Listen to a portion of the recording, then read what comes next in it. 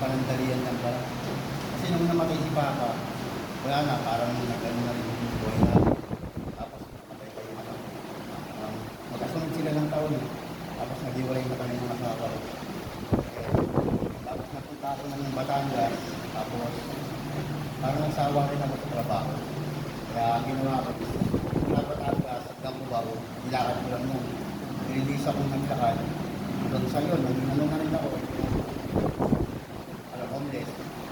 May time na umiiyak ako kasi sa sarili ko. Ang ganda ng buhay ko dati. Tapos kasi, hindi ko ako niyan. Marami kasi akong bisyo eh. Nalulung ako sa droga. Pagkita ako ng drugs. Muna, puro pera lang yung ano ko dati. Kasi puro yun yung sa akin yung ano ni Lord na parang pagkita. Siguro parang ano lang yung sa akin ni Lord na pwede pa ako magbago. Hanggang sa wala naman ako ginagawa kasalanan. Sabi ko nga, ganito ko, ba't kaya ganito? Dati hindi ako ng drugs, hindi naman ako nahuli. Okay lang na wala akong ginagawang pagpasama sa ako. Sa loob ng kulungan kasi, meron kaming Bible study. Yung parang isip ko, sabi ko, pag-gaya ako. Parang gusto ko na kanyayan ng Bible. Eh, nakalaya po ako, mga 3 buwan. Nakilala ko si Joseph. Inyaman na ako sa Street Believers. Nung ko muna nakilala sila, Pastor Steve, si Joseph, si Ate Lea, si Ate Janet. Nung ko sila nakilala sa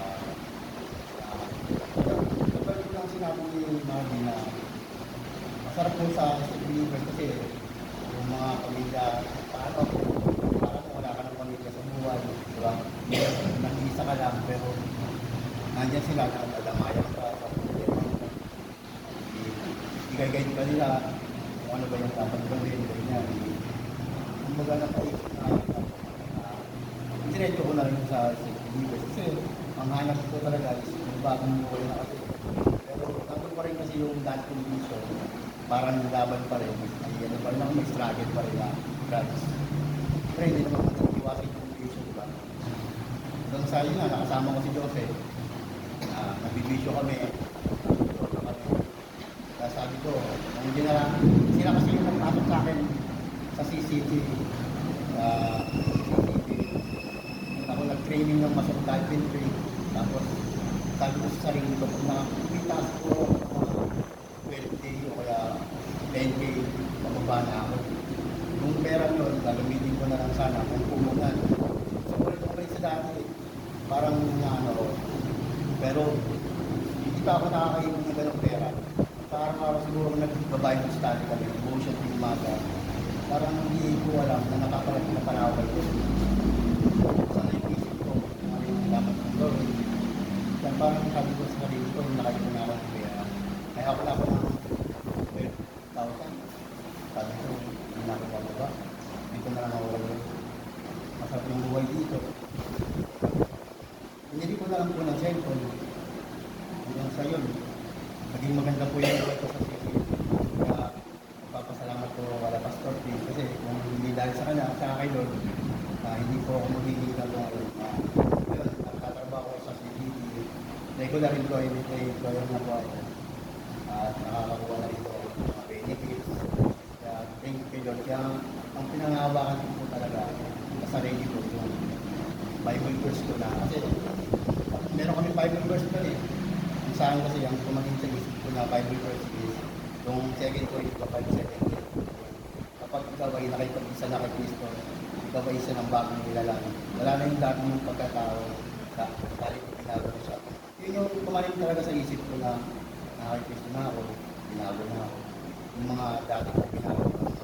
Although may mga amin pa rin na nagchat sa akin yung mga tropa ko na niyayaya nila ako na pre, baba ka na ng radyo ko. Magkita ka na lang. Ibig na namin. Pero wala na. Parang ayoko na kasi. Maganda na kasi yung buhay ko. Nakakatulong na ako sa anak ko. Nagpapadala ko siya ng pera. Ang hindi dahil galing sa masama. Yung pinagpaguran ko.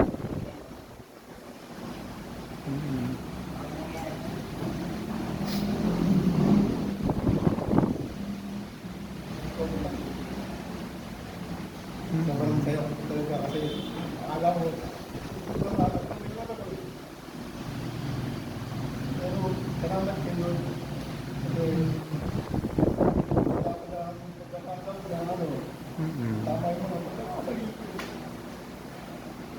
dapat